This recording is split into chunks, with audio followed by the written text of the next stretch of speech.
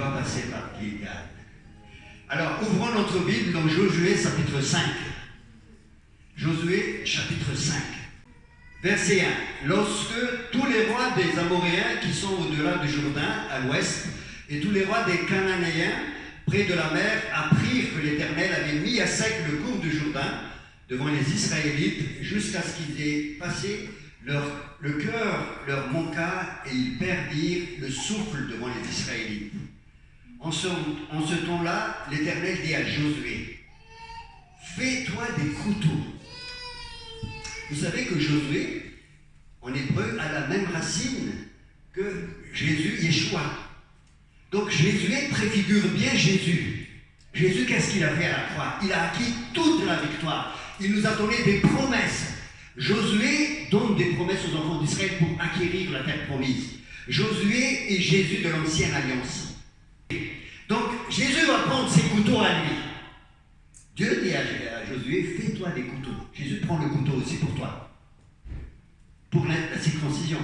Fais-toi des couteaux de pierre pour la seconde fois, circoncis de nouveau les Israélites. Verset 3. Josué se fit des couteaux de pierre et circoncis les Israélites près de la colline des Aralot. Voici la raison pour laquelle Josué les circoncis. Tout le peuple qui était sorti d'Égypte, les mâles, tous les hommes de guerre étaient morts dans le désert pendant la route après leur sortie d'Égypte. Tout le peuple qui était sorti d'Égypte avait été circoncis, mais de tout le peuple né dans le désert pendant la route après la sortie d'Égypte, on avait circoncis personne. Donc tout ce peuple-là, aucune personne n'a été circoncis. Pourquoi? Parce que ce sont des hommes de la deuxième génération. Seules les personnes de la première génération ont été circoncis.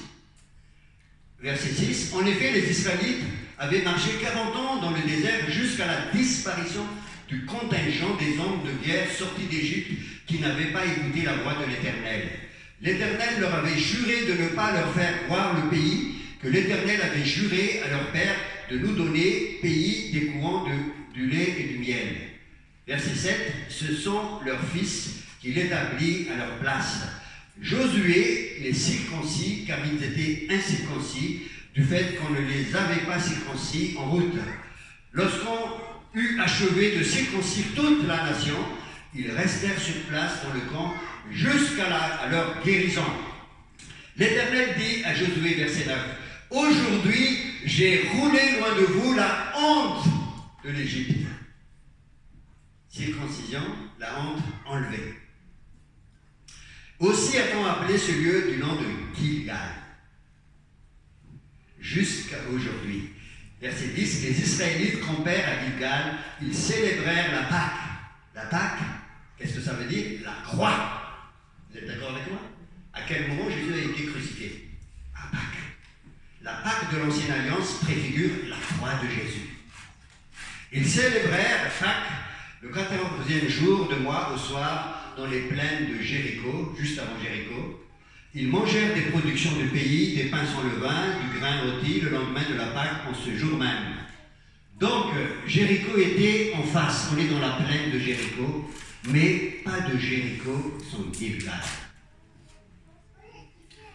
Gilgal, c'est quoi en fait? Gilgal, grosso modo, c'est deux choses. Dieu enlève la honte, l'opprobre de l'Égypte. Au verset 9 du chapitre 5, il dit « Aujourd'hui, j'ai roulé loin de vous l'opprobre, la honte de l'Égypte, et ce lieu fut appelé du nom de Gilgal. » Ça, c'est la première chose. Gilgal, c'est du verbe galal, qui signifie rouler. Dieu roule, enlève, ôte. Et deuxième chose, la circoncision. Il va faire des opérations de circoncision. L'apôtre Paul nous donne un éclairage très très intéressant dans le Nouveau Testament. Colossiens chapitre 2 verset 11. Colossiens 2, 11. Vous notez, peut-être que Philippe va l'afficher, mais voilà ce qui est écrit. En lui, en Jésus, aussi vous avez été circoncis d'une circoncision qui n'est pas faite de la main des hommes. Waouh! C'est-à-dire le dépouillement du corps de la chair, la circoncision de Christ. C'est Jésus qui a les couteaux. Et c'est Jésus qui va faire l'opération de la nouvelle naissance dans notre cœur. Et après, il va dépouiller tout ce qui est charnel avec son couteau à lui. Alors, Jésus tient le couteau devant toi. Est-ce que tu es prêt? Dis à Jésus, viens avec ton couteau, Seigneur, même si ça me fait mal. Viens avec ton couteau. Je veux être circoncis pour être prêt pour Jéricho. Donc, nous allons voir 3 points. J'espère que j'aurai le temps. La première chose, la circoncision à Gilgal. Premier point qu'on va voir. Deuxième point, la Pâque à Gilgal. La Pâque, c'est très important, hein, vous vous rappelez? Ils ont célébré la Pâque à Gilgal. Encore la croix. Vous allez dire, encore ils vont nous parler de la croix, mais la croix est non négociable, frères et sœurs. Dis à ton voisin, en dehors de la croix, pas de victoire. En dehors de la croix, pas de puissance. En dehors de la croix, pas de justification. Donc je reviens aux fondamentaux de la parole de Dieu. Pour les baptisés, je suis content qu'il y en ait 2 là.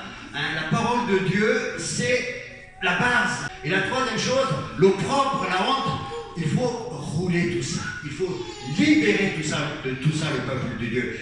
On peut passer par des temps de délivrance. Libérer de toutes les blessures du passé. De tous les liens du passé. Libérer le peuple pour retrouver sa dignité en Jésus.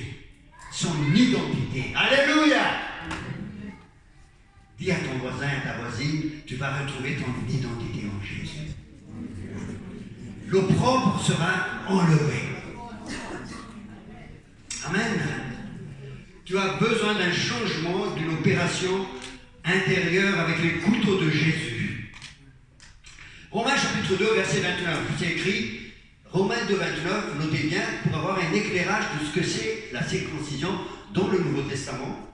Romains 2, 29, mais le juif, c'est celui qui est intérieurement. Et la circoncision, c'est celle du cœur, accomplie par l'esprit et non par la loi écrite. La louange que reçoit ce juif ne vient pas des hommes, mais de Dieu. Donc ça, c'est la circoncision. 2 choses. La circoncision, c'est la nouvelle naissance. Dieu prend le couteau, il enlève le cœur mauvais, le cœur endurci, il met un cœur nouveau. Et ensuite, il dépouille tout ce qui est de l'œuvre charnelle dans nos vies. Deuxième chose maintenant qui s'est passé à Gilgal, la Pâque à Gilgal. La Pâque à Gilgal donc, pose de nouveau les fondements de la croix. La première institution de la Pâque, c'était où?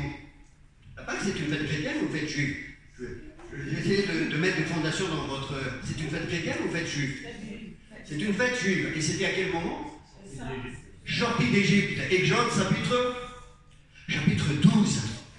Quand les Égyptiens ne voulaient pas libérer les enfants d'Israël, Dieu a dit, maintenant je vais envoyer 10 plaies. Et quand la 10e plaie va arriver, ils vont lâcher parce qu'ils ne pourront pas. L'ennemi, les Égyptiens préfigurent le diable. L'esclavage préfigure l'esclavage du péché, les addictions dans ta vie. Tout ce qui te rend esclave. Et Dieu va envoyer Moïse, Josué, qui préfigure Jésus, pour te libérer de là. Et donc, c'était à Pâques. Et Dieu, c'est à Pâques que Dieu libère les enfants d'Israël. Donc, à Pâques, qu'est-ce qui s'est passé? Il était question de jugement. Les Égyptiens ont été jugés. Tous les premiers-nés des Égyptiens sont morts. Pourquoi? Parce qu'ils n'avaient pas, ceux qui lisent la parole de Dieu, ils n'avaient pas le sang de l'agneau sur les linteaux de la porte. Le sang de Jésus. Tous les Égyptiens les premiers-nés étaient morts. Et seuls les enfants d'Israël étaient vivants. Pourquoi? Parce qu'ils ont mis le sang de l'agneau sur le linteau de leur porte et sur les 2 poteaux. Donc, quand nous sommes en Jésus, nous ne passons plus sous le jugement. Ça, c'est un rappel important pour gagner la terre promise. Si tu n'es pas dans cette conviction que tu n'es plus dans le jugement, tu vas avoir du mal. Est-ce que tu es pécheur ou tu es juste? Hein? Tu es juste ou tu es pécheur? Tu es juste. Pourquoi? Parce que le sang de Jésus est là. C'est un rappel très important. Donc, ce n'est pas parce que tu es meilleur, mais c'est parce que le jugement est passé. Mais toi, tu as été protégé. Tu es justifié. C'est une position juridique. Justifié, ce n'est pas mes efforts. C'est pas je fais ceci, je fais cela, c'est Dieu me déclare juste. Je suis juste. Par un verdict de Dieu puissant, parce que le salaire du péché qui devait tomber sur moi est tombé sur Jésus. Le châtiment qui me donne la paix est tombé sur lui. Donc je suis déclaré juste. Première chose, je suis justifié. Je m'abrite sous le sang de l'agneau. Ça, c'est la première Pâque. Le jugement est tombé, je suis épargné. La deuxième Pâque, ici, la deuxième, en fait, je crois que c'est la 42e Pâque. Parce qu'ils sont restés combien de temps dans le désert? 40 ans. Et là, on est à 42, je pense, ou à 41, je ne sais pas exactement. Là, c'est le dépouillement maintenant des œuvres de la chair, la circoncision. Dieu veut maintenant que cette Pâque-là soit effective dans leur vie. C'est-à-dire que Dieu va transformer leur vie. Amen. Dieu va, au travers de la Pâque, va rappeler qu'ils ont besoin d'être sanctifiés, crucifiés avec Christ. C'est très important. Dans Colossiens chapitre 2, verset 11, ce que j'ai dit tout à l'heure, c'est le dépouillement du corps, de la chair. Ce que Dieu fait, il va le faire d'une manière continue. Alors, ce qui se passe dans Josué chapitre 5, Gilgal, donc là où il y avait lieu la circoncision, est devenu un camp. Vous savez ce que ça veut dire un camp? Ça veut dire qu'ils vont s'installer là. Il faut que la croix, le dépouillement, soit un camp pour ta vie. Il faut que tu t'installes dans ce dépouillement répétitif que Dieu va faire dans ta vie. Gilgal est devenu un camp et on va revenir tout le temps à Gilgal jusqu'à ce que toute la terre soit conquise. Gilgal va être une sanctification continue pour les enfants d'Israël. Regardez les versets suivants qui indiquent ça. 5-10, donc, ils sont arrivés à Gilgal. Les Israélites campèrent à Gilgal. 9-6, Josué 9-6, ils allèrent auprès de Josué au camp de Gilgal. 10-6, les gens de Gabaon envoyèrent dire à Josué au camp de Gilgal. 19, Josué arriva subitement sur eux après avoir marché toute la nuit depuis Gilgal. 10-15, Josué et tout Israël avec lui retourna au camp à Gilgal. 10-43, Josué et tout Israël avec lui retourna au camp à Gilgal. Donc c'est un aller-retour continu. Pourquoi? Parce que nous avons toujours besoin de Gilgal. Nous avons toujours besoin de circoncision de cœur. Ça, c'est acquis une première fois la nouvelle naissance, mais du dépouillement des œuvres de la chair. Quand j'ai dit tout à l'heure, Colossiens chapitre 3, verset 5, l'apôtre Paul dit, vous êtes morts, votre vie est cachée en Christ, mais après il dit au verset 5, faites donc mourir trois choses. L'impudicité, toute relation sexuelle illicite. C'est ça l'impudicité, pornéia en grec, c'est-à-dire l'homosexualité, c'est-à-dire la fornication, c'est-à-dire l'adultère. Tout ça, il faut le mettre de côté, faites donc mourir. Il faut mourir à Gilgal tout le temps. Deuxièmement, l'impudicité premièrement. Deuxièmement, le péché, c'est l'impureté. L'impureté, dans Colossiens 5, vous allez voir, l'impureté, tout ce qui est compromis, tout ce qui est confusion, tu dégages tout ça aussi. Et troisièmement, la cupidité. La cupidité, tout ce qui est cette envie d'avoir plus, d'avoir ceci, d'avoir cela, qui est une idolâtrie, dit l'apôtre Paul. Tout ça, mes amis, si vous voulez attaquer Jéricho, Gilgal va vous débarrasser de tout ça.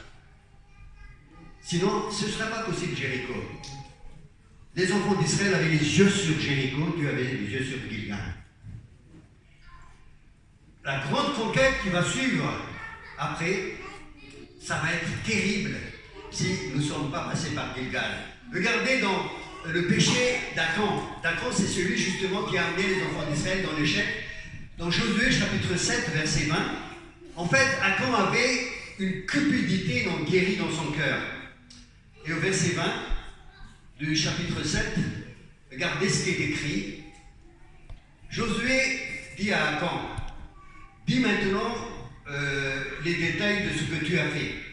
Pourquoi tu as fait cette chose-là pour amener tous les enfants d'Israël à l'échec? Et au verset 21, il dit ceci, J'ai vu dans le butin un manteau de chinéar d'une rare beauté, ainsi que 200 cycles d'argent et un lingot d'or pesant à lui seul 50 cycles. J'en ai eu envie, je les ai pris, ils sont maintenant cachés en terre à l'intérieur de ma tente d'argent par-dessus. Il avait de la cupidité dans son cœur. Et cette cupidité n'a pas été remise à Gilgal. Vous savez pourquoi je dis ça? Parce que le seul moment, l'unique moment où les enfants ne sont pas revenus à Gilgal, c'est entre Jéricho et Haï. Ils ont oublié d'aller à Gilgal. Regardez, relisez votre Bible. Et c'est justement après Jéricho qui avait cet échec d'Haï, parce qu'ils ne sont pas revenus à Gilgal. C'est très symbolique, mais c'est très fort. Ils ne sont pas revenus, et donc la cupidité n'a pas été traitée, n'a pas été enlevée. La base du délitement de zèbre de la chair, c'est le renoncement à soi. Et ils sont restés à Gilgal jusqu'au partage de la terre promise. Ils sont restés à Gilgal, c'est incroyable. Ils étaient toujours à Gilgal. Et est-ce qu'il y a des chrétiens qui pensent ne plus avoir besoin de la puissance transformatrice de la croix ici? C'est perdu, mon frère, ma soeur. Tu as besoin de revenir à Gilgal. Tu as besoin d'être libéré jour après jour. C'est ça ce qu'on appelle la sanctification. Il y a la nouvelle naissance une bonne fois pour toutes. Je passe de la mort à la vie. Ensuite, je dois être transformé jour après jour par la puissance de la croix. C'est à Gilgal qu'on célèbre Pâques. Et c'est jour après jour que je dois être transformé. Pour être prêt pour attaquer Jéricho. Voilà l'essentiel du message. Mais moi, je vais poser ça sur des fondements bibliques. Gilgal nous rappelle la nécessité de revenir toujours à la croix. Dis à ton voisin, tu as besoin d'être transformé. Tu as besoin d'être crucifié. J'ai été crucifié avec Christ, ce n'est plus moi qui vis, c'est Christ qui vit en moi. Galates chapitre 2, verset 19. Vous êtes morts, mais faites donc mourir à Gilgal, faites donc mourir tout ce qui n'est pas de Dieu. Ensuite, Gilgal aussi, là où il y avait la circoncision, symbolise la marche par l'esprit. Parce que quand tu fais mourir la chair, tu marches par l'esprit. L'apôtre Paul, dans Philippiens chapitre 3, il dit ceci. Philippiens 3, verset 3, je crois. 3, c'est facile à retenir. Car les vrais circoncis, c'est nous. Les vrais circoncis, c'est nous. Il parle des chrétiens. C'est nous qui rendons à Dieu notre culte par l'Esprit de Dieu. Quand tu marches par l'Esprit, parce que tu es passé par Gilgal, par la circoncision, tu marches par l'Esprit, tu es un vrai circoncis. Waouh! La circoncision produit la marche par l'Esprit. Les vrais circoncis, ceux qui marchent par l'Esprit. Et nous glorifions Dieu en Jésus, et nous ne mettons point notre confiance dans la chair. Et là, il va citer tous ses avantages en tant que juif. Il a dit, je suis circoncis le 7e jour, je suis de la race d'Israël, né d'hébreu. Quant à la loi, irréprochable. Quant à la justice, ceci, cela, pharisien, etc. Mais tout ce qui était pour moi un gain, je le considère comme une perte. À cause de Jésus. À cause de la puissance de la croix. Donc, tu voyez bien la marche par l'esprit, circoncision, on marche par l'esprit, mais plus par la chair. On ne cherche pas à être justifié par la chair, on veut la puissance du Saint-Esprit qui nous transforme et qui nous donne une vie en relation avec Dieu, mais pas une religion. Amen. Dis à ton voisin, sois circoncis, et comme ça tu marches par l'esprit. Troisième point, Gilgal. Gilgal, c'est la tente de la rencontre. Vous savez, je disais tout à l'heure, Gilgal, c'est là qu'ils ont déposé l'arche de l'Alliance. L'arche de l'Alliance, c'est là où Dieu se révèle. Jusqu'à la conquête de toute la terre promise, Gilgal était l'endroit où ils ont posé leur camp, ils ont posé la tente de la rencontre. Donc Dieu se révèle à eux jour après jour. Où? À Gilgal. Circoncision, vie de l'esprit, rencontre avec Dieu. Gilgal. Donc nous avons besoin de revenir à Gilgal tous les jours. Je vais parler de la honte, troisième point, et je vais terminer par ça. Maintenant, je vais enlever la honte parmi vous. Donc vous vous rappelez, la première chose, c'est circoncision. La deuxième chose, c'est Pâques, célébré à Gilgal, la puissance de la croix qui nous donne la nouvelle naissance et qui nous renouvelle par la sanctification. Et troisième chose, je vais maintenant enlever la honte, parce que Gilgal veut dire je roule la honte. Josué chapitre 5, verset 9. Aujourd'hui, j'ai roulé loin de vous l'opprobre, la honte de l'Égypte. Pourquoi? Parce que ces enfants d'Israël étaient esclaves dans l'Égypte. Vous tous, vous étiez esclaves dans le monde. Vous avez vécu des choses. Vous avez été abusés, peut-être certains d'entre vous. Vous avez été blessés. Vous avez vécu des addictions, la drogue, le sexe, tout un tas de choses. Dieu veut maintenant enlever ces hontes. Voilà la puissance de Gilgal aussi avant la conquête. Dieu veut enlever tout ça, ôter la honte du milieu de vous, les péchés et les conséquences des péchés. C'est quoi le propre des Israélites? C'est quoi la honte des Israélites? C'était les insultes des Égyptiens. Ils étaient esclaves, hein? Tous les jours. Tu ne travailles pas bien, toi. Travaille comme il faut. Hein? Les insultes, les violences, les blasphèmes, les rabaissements, le mépris, les calomnies, les accusations, les blessures profondes dans leur vie. Ah, vous n'étiez pas à la place des Israélites. Mais c'est ça ce qu'ils ont vécu en Égypte. Ils ont besoin d'être libérés de ça à Gilgal avant la conquête de la terre, avant la conquête de Jéricho. Regardez bien ce que Dieu dit dans Exode chapitre 3, versets 7 et 10. Exode 3, 7 et 10. Juste avant qu'il envoie Moïse, il appelle Moïse et il dit ceci. Moïse, j'ai bien vu la misère de l'esclavage, les souffrances de mon peuple qui est en Égypte. J'ai entendu son cri à cause de ses oppresseurs, car je connais ses douleurs. La misère, les souffrances, les cris, les douleurs. Ce matin, est-ce qu'il y a des gens qui sont dans ces conditions-là? Le cri de son passé, les douleurs, les souffrances de son passé. Ça, c'est de l'esclavage de l'Égypte. Hein, les cris, la misère dans ta vie qui reste là, ça, c'est l'esclavage. C'est la honte qui demeure. Et Dieu veut enlever ça. Dieu veut les enlever. Et c'est pour ça qu'on aura peut-être de délivrance à faire aussi. La situation des Israélites, ils étaient esclaves pendant combien de temps? 400 ans. Ils étaient asservis. De travail pénible. Ils n'avaient pas été considérés comme des hommes, comme des femmes, pas comme des sujets de droit, mais des objets. Le diable te considère comme un objet. Il te prend, il te dit, mange ceci, mange cela, fais ceci, tu es mon esclave. Tu n'es pas considéré comme une personne. Et c'est un travail de briques, un travail de construction. Tu n'es pas un sujet de droit, tu es humilié, tu es insulté, tu es déshonoré, tu es méprisé, tu es accusé, tu as été accusé. Et qu'est-ce qui se passe après? Tu perds ton identité. Hein? Tu perds ton identité. Les conséquences de douleur, des mépris deviennent ton identité. Hein? Si tu deviens quelqu'un qui murmure, quelqu'un qui critique, quelqu'un qui n'est jamais satisfait, quelqu'un qui râle. Et ça, c'est la vie dans le désert pendant 40 ans. Murmure, critique, râle, comment on dit râle? Raillerie.